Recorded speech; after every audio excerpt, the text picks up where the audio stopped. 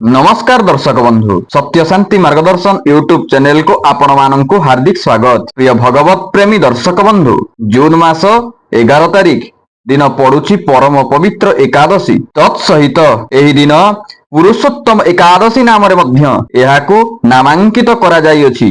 काहेकि ना एही मासटी पुरुषोत्तम मासर एक विशेष मुहूर्त अटे। प्रिय दर्शक बंधु आपण माने विशेष करी एही दिनटी को आदौ भी हल्का नियंतु नहीं। दीप को जालिला बेले दीप तले रखी दियंतु गोटे जिनिस। प्रिय दर्शक बंधु जो माने एही उपायटी को करिसंती तो बहुत भल कथा, फिर भी जो माने करि नाहंती आपण मानक निमित्त एही एकादशीटी एक सुवर्ण सुजोग नहीं करि आसीछि। आउ जो माने कि एही परम पवित्र दिन रे एही महान गुप्त उपायटी को करि नेउछंती तो आपण मानक जीवन रे थिबा तमाम समस्या अवश्य दूरीभूत होता है। खास से तो मु आपण मानक कही रखुची जदि आपण माने एही उपायटी को एही परम पवित्र एकादशी परिका तिथि रे आपण माने करि देउछंती तो निश्चिंत रूप रे एहा आपनकु अवश्य फल प्रदान करिवो। काहेकि ना एहा कोनोसी साधारण उपाय नुहे आज्ञा, एहा संपूर्ण रूप रे असाधारण। एही जून मासर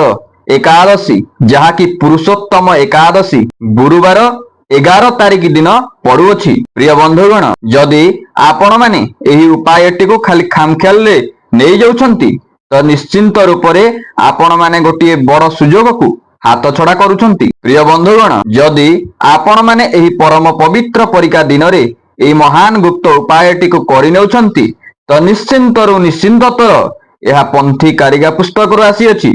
आउ देखिबे आपण मानक शत्रु तिल तिल भाव में कांदिबाकु लागिबो। प्रिय दर्शक बंधु विगत 2025 मसीहा एई 2025 मसीहाटी रे आपण मानक सहित जहाँ भी किछि अनर्थकर कार्य होई जाइछि तो होई जाइछि। ए सबु ईश्वरीय बराद भावी आपण से सबु किछि भूली जानतु। किंतु वर्तमान 2026 मसीहार जून मास प्रारंभ होई साइलाणी जहाँकि आपण मानक निमित्त एक बड़ सुजोग नहीं करि आसुछि।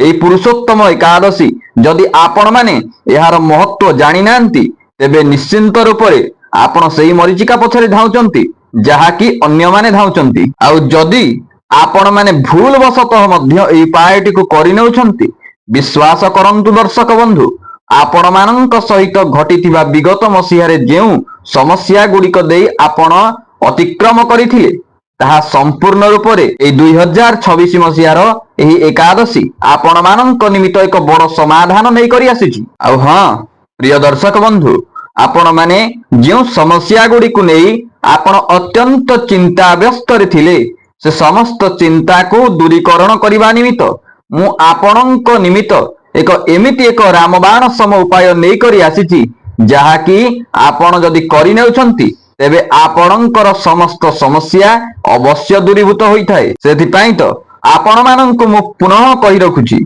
आपणक सहित जहाँ भी किछि होइछि से सब तो होई सारिछि किंतु वर्तमान टू आपण माने नूतन भावे बंचिबा नितांत आवश्यक। आ खास सेथिपाई तो मु आपण मानक कहि रखुछि एही चैनल रे माने सत्य शांति मार्गदर्शन यूट्यूब चैनल रे आपण मानक निमित्त मु एमितिका वीडियो सब नै करि आसीबी जहाँकि आपणकर प्रत्येकटी समस्यार समाधान एही चैनल रे ही थिबो। आ खास सेहिथिपाई प्रिय दर्शक बंधु जदि आपण माने वीडियोटी को देखिबा पई आसीचंती तो प्रारंभ रु शेष पर्यंत अवश्य देखंतु। जदि आपण स्किप करी करी केवल उपायटी को जानिबा निमित्त आसीचंती जेमिति गोटे मरुभूमि रे तृषार्त व्यक्ति जल पछरे धाई थाए ठीक सेमिति आपण माने एही उपायटी को देखिबा पई आसीचंती तो आपण माने प्रारंभ रु शेष पर्यंत अवश्य देखंतु।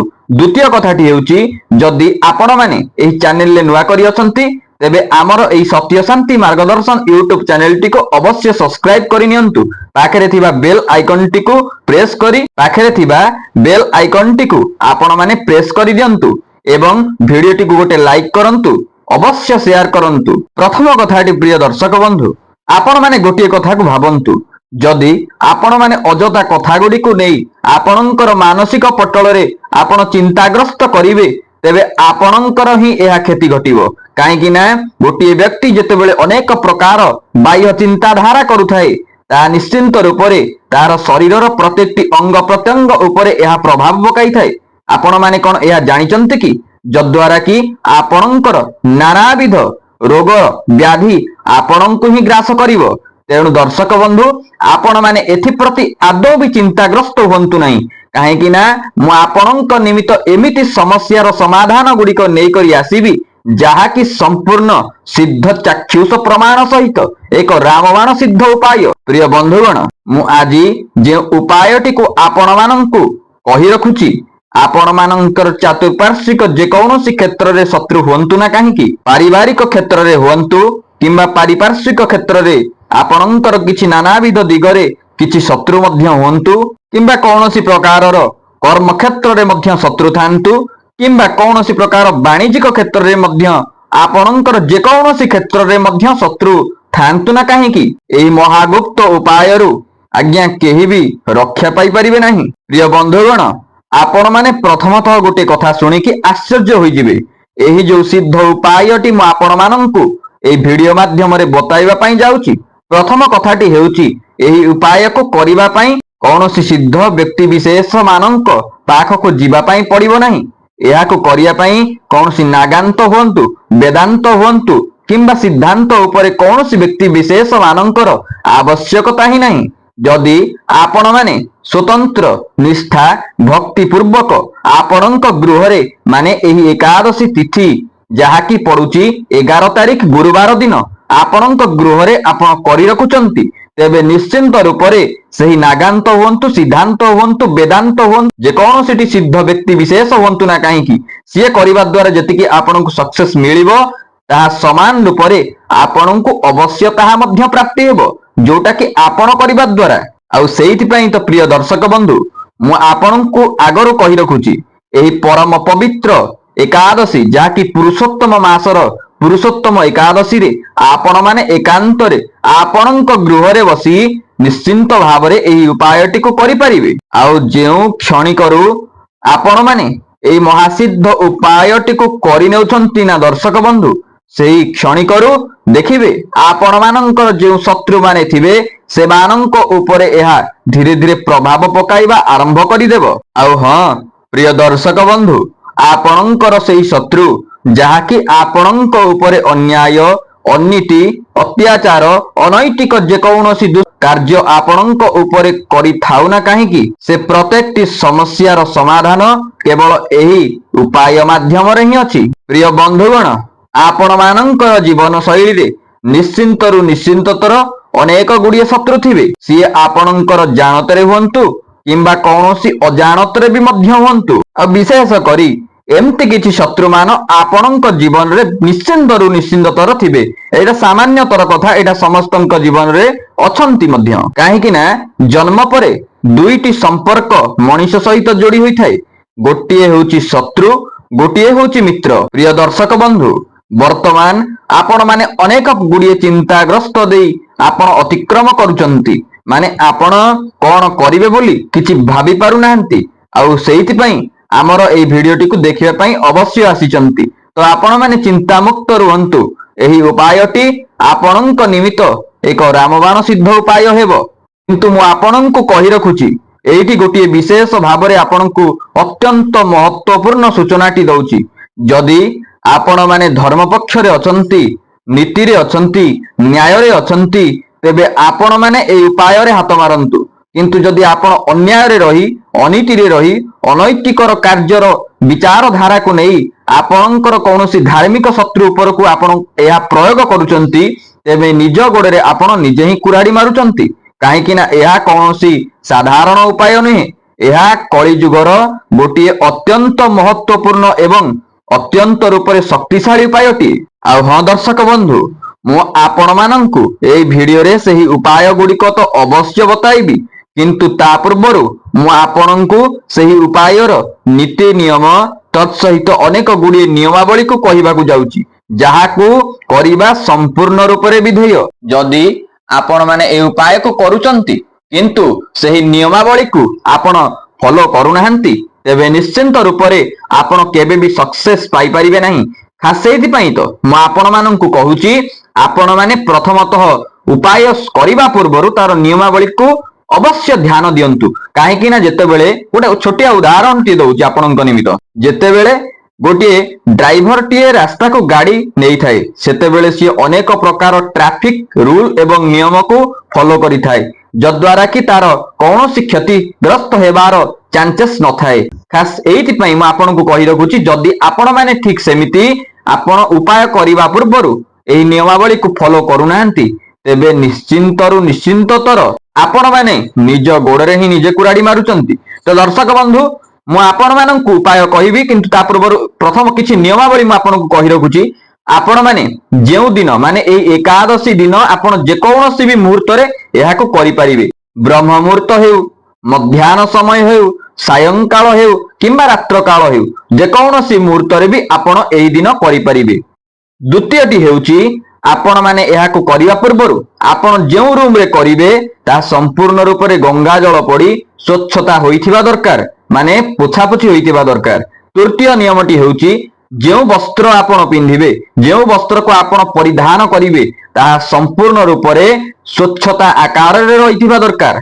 चतुर्थ नियम एई उपाय को कला बेले आपण माननकु जदि किए डाकु थाए तेबे तांको आड़कू आपण ध्यान देबे नाही एतेकी नियम आपण माननकु फॉलो करिबा पई पड़िबो। तेबे दर्शक बंधु एया थिला सेही नियम एबे आसंतु उपाय पाखकु। तो आपण माने कोन करिवे स्वच्छता वस्त्र परिधान करिवे गोटिए आसन नैथिबे आउ गोटिए गुरुत्वपूर्ण दीपटिए नैथिबे गोटिए एकदम सफा कागजटिए नैथिबे जेतिकी माने दुईटी रु अधिका ना जेंति लिखा होई न पारिबो सेही गोटिए कागज सेही साइज रो होइथिबा दरकार एवं गोटिए रेड कलर पेन टिए नियंतु। आपण माने कोन करिवे सेही रूम रे कोन करिवे ना आसन पकेई आपण बसिवे एवं गोटिए गुरुत्वपूर्ण दीपटिए आपण प्रज्वलन करिवे जदि पारिबे पूर्वमुखा करी दीप मुख रखंतु आपण भी पूर्वमुखा करी बसी पड़ंतु किंबा जदि सेमिति किछि समस्या अछि तेबे आपण उत्तर मुखा मध्य दीपर मुख करि पारिबे आपण मध्य दीप मुख करिवा सहित आपणक मुख मध्य उत्तर मुखा करी आपण बसी पारिबे। तत्परे आपण कोन करिवे ना गुरुत्वपूर्ण दीपटी प्रज्वलित करि साइला परे आपण नेइथिबा सेही साधा कागज आपण दुईटी ना लिखिबे जदि आपणकर शत्रु ना मने अछि तेबे आपण माने सेही शत्रु ना माने दुईटी शत्रु रु अधिका लिखि परिबे नाही या खंडित होई जिवो। जदि आपणकर शत्रु ना मने नाही मु तो आपण को कहिबी आपण माने सेही कागज रे समस्त शत्रु बोली लिखि दियंतु लिखि साइला परे आपण माने से कागजटी को एते छोटिया फोल्ड करंतु जेमिति कि ताहा संपूर्ण रूप रे दीप तळे स्थान पाई परिबो आउ एहा को मध्य आपण रखि दियंतु दीप तळे गोटे मिनिट पर्यंत। तत्परे आपण माने कोन करिवे रखि साइला परे आपण टिके शनिश्चर महाग्रहं को टिके ध्यान करंतु हे धर्मराज आपण तो होचंती कर्मफलदायक एमतिका प्रार्थना करिवे तो मु एमतिका न्याय रे अछि धर्म रे अछि नीति रे अछि किंतु अपर पक्ष रे जो शत्रुटी अछि से अन्याय रे थाई मो उपरे अनेक प्रकार रो अन्याय भित्तिक कर्ममान प्रयोग करूअछि किंबा करूअछि तो आपण धर्मर रक्षक सेति पई आपण धर्म रे थिबा व्यक्ति को रक्षा करंतु। एतिकी कहि साइला परे आपण शनि महाग्रहं को टिके प्रार्थना पूर्वक प्रणिपात करंतु। तत्परे आपण माने सेही फोल्ड करी रखिथिबा कागजटी को सेही जळुथिबा प्रज्वलित शिखारे भस्मीभूत करी दियंतु। तत्परे आपण माने कोन करंतु सेठारु चाली आसंतु आउ दीप आडको चाइबे नाही।